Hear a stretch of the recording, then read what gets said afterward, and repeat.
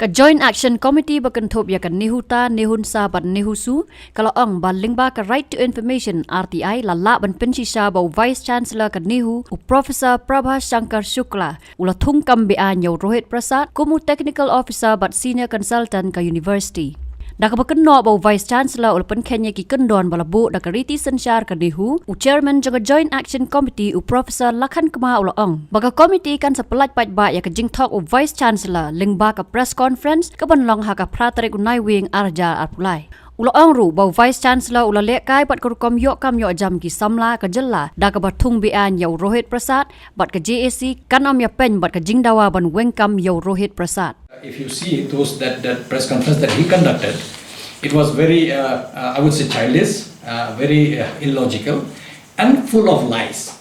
So in tomorrow's press conference, when we meet at 3:30, we will cut each and every point to pieces to show that how this person has lied to the public, given them half-baked information vis-a-vis the power of the VC, vis-a-vis the rules that governs with the appointment of Rohit, and we will show to the public with documentary evidence. We have all the ordinances. I think the same book that he has showed you yesterday, we also have the same book. This rule says very clearly that come what may, he will not be able to, he have no power whatsoever to appoint anybody except for teachers, which we will see that when we will release the press conference, the press release, you will see that. I don't know, since you are here, maybe if you are interested, I can show you so that, of course, we'll be providing a copy during our press conference also. The only statutes that allow the special mode of appointment. Otherwise, you have to go for teachers' appointment and on even for those who are affiliate like librarians and teachers from health education and so on. For that, we have the model UGC regulation 2018. Everybody across the country is following that for all appointments, including appointments in the colleges. We have to follow the UGC regulation 2018. For non-teaching staff, we have the model cadre recruitment rule of UGC.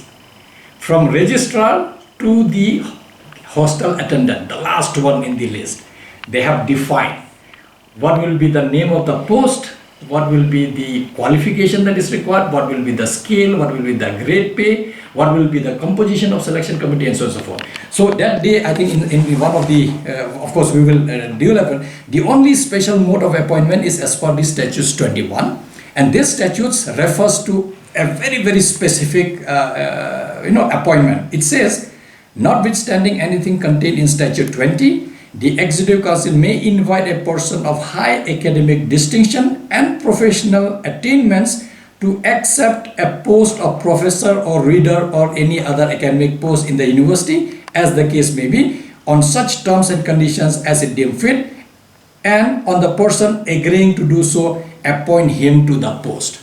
Which means this is of a highest level. Say somebody is a distinguished scientist who has published papers in Nature, Cell, and high impact factor journal, but you want to invite him. He is a foreigner, let's say, doing some work in Oxford or Harvard or and Cambridge and so on.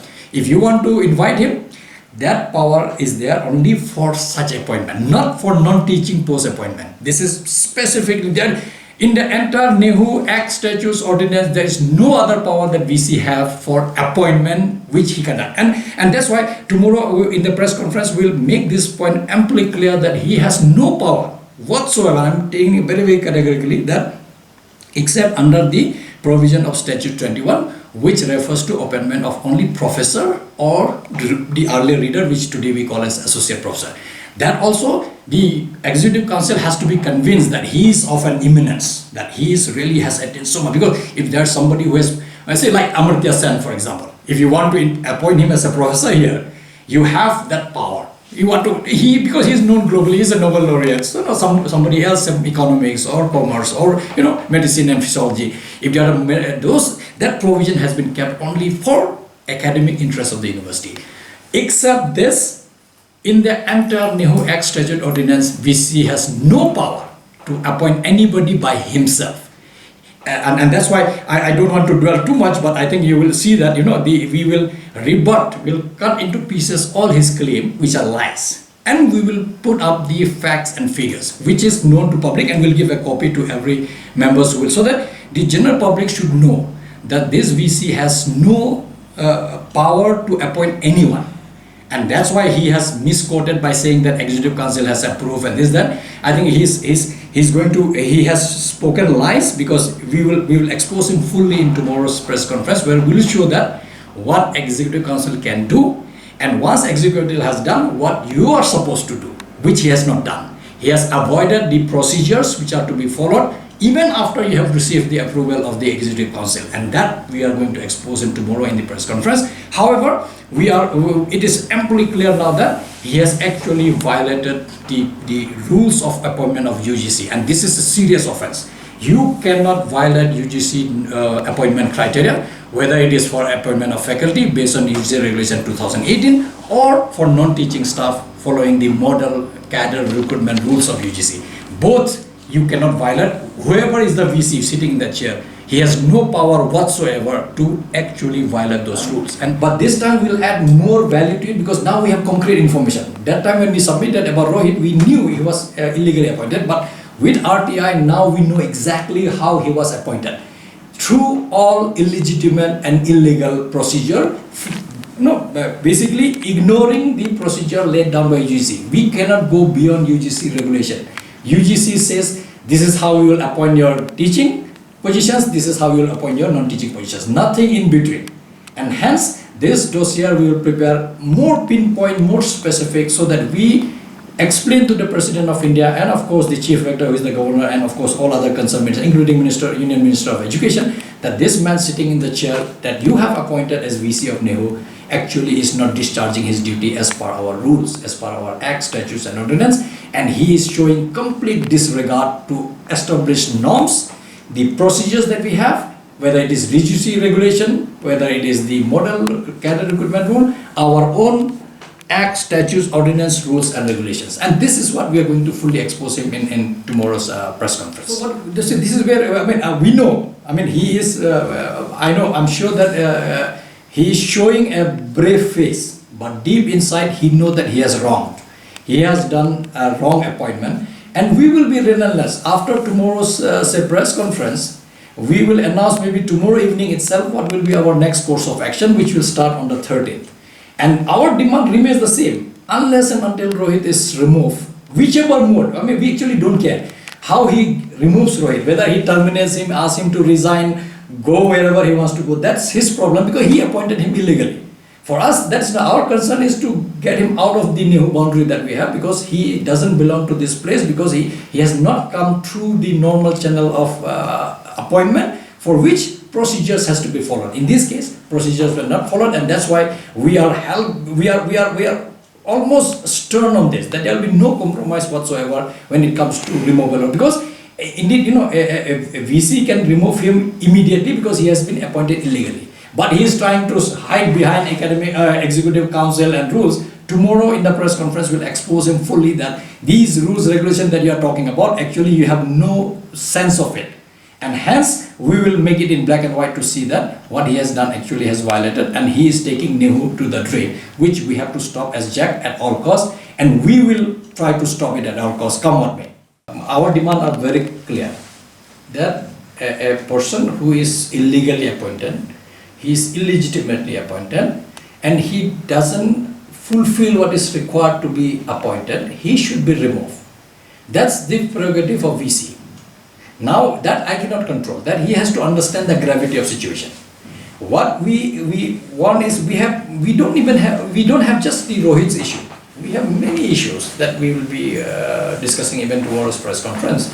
But the fact remains that for other things there will be a requirement of time. That we understand. Indeed, we are ready to talk to VC for all other issues except removal of Rohit. Removal of Rohit, we want to get him removed.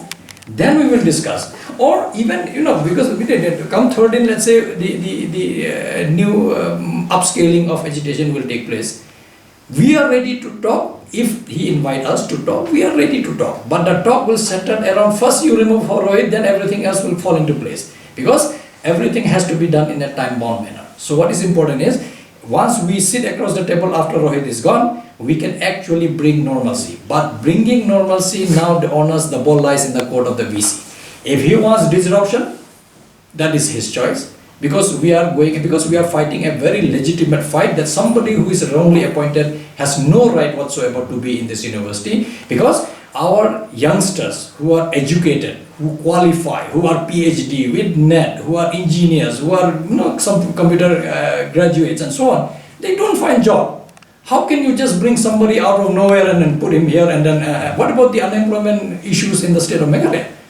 So this is where I think we are fighting a cause that for any appointment, rules has to be followed, procedures has to be followed. You follow the procedure, if everything is right, I don't think we object. NEHU has appointed many people who are not from this place, but you don't hear objection, right? You have never heard. So many faculty has been appointed in this university for last 50 years. Indeed, most of the founding members who joined here were from outside, but they came here, they helped us to grow as a university. There was no objection because their credentials were very good and they came through a process. Those days even interview was held in Delhi and people were appointed.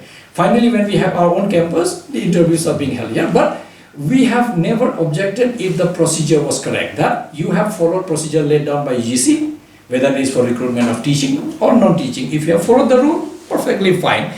You may favor XYZ, that we cannot question because we don't sit in the selection committee. It is the selection committee's prerogative. Yet, procedures cannot be ignored.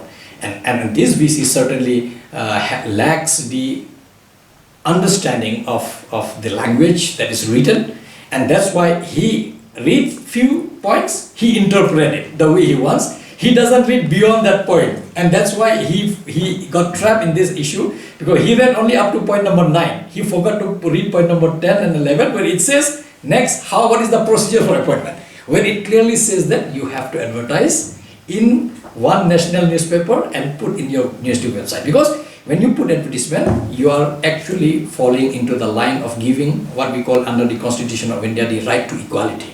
You cannot go against the right of equality, which is guaranteed under Article 14, which says that every citizen has the right, which means if you advertise, if I'm eligible, I'll apply. You do the screening, you do the selection. If I'm the best, you select me. If I'm not, you don't select me. But you cannot say that, oh, I'll create a post for XYZ, he can be my relative, distant relative, son of my brother, son of my uncle, son of my auntie. How do we know? Like, for example, if you ask me who is Rohit, from where did he came? He's not a Nobel laureate.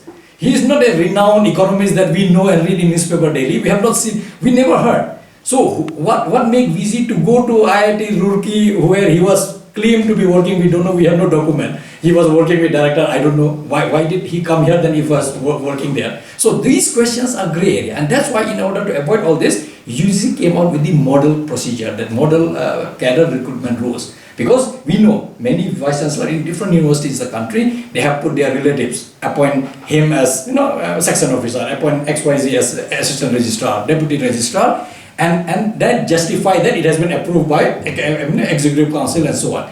Later on, UGC realized that they are all relatives, directly or indirectly they are interrelated, or there is some kind of nepotism and also corruption. Some people may also take money and appoint somebody, or somebody may be appointed for some nefarious activities, for some nefarious design, which we don't understand. Certainly, when we look at Rohit, we feel that there is a bigger nefarious design behind his appointment, because his utility is not required anymore. His utility is totally unrequired, because we have more capable people in the university who will do the job that he have been doing for last 10 months, and that's why we are aghast to see that the justification that VC gave why this guy has been brought. But that is immaterial to us. What he does, from where he come, what was his past experience is immaterial, because you have not followed the procedure. If you have followed the procedure, we would have known his credentials. Through a selection, through an interview, you would have known how good he is for a particular post. And tomorrow, I don't want to dwell it now, you will see that finally it is realized that he doesn't even qualify for the post he is holding. And that we will give papers tomorrow, so that you become clear that, because the nomenclature cannot be created by VC. He cannot create out of one night he wake up and say that I will create a consultant or senior consultant. There is no nomenclature like that. And that's why it is important. Now he is trapped. He knows very well that how he is trapped. And for these, the technical officer that he has been appointed, when you compare the qualification, there is a mismatch completely. And that we will expose tomorrow, and we'll give you papers so that it becomes clear that how this VC has taken us for a ride, thinking that we are all fools sitting in this university and in the entire state of Meghalaya. And hence, he is playing with the job prospects of many of let's say people or Meghalayans who are otherwise much more capable, much more eligible, and more qualified to actually occupy such positions. So when your unemployment rate is so high and our educated youths are not getting a job, how can you just bring XYZ and say that he's better for who have assessed it? What kind of interview you have conducted? VC cannot conduct any interview by himself. There is a constitutional selection committee. That also will show you tomorrow when we do the press conference.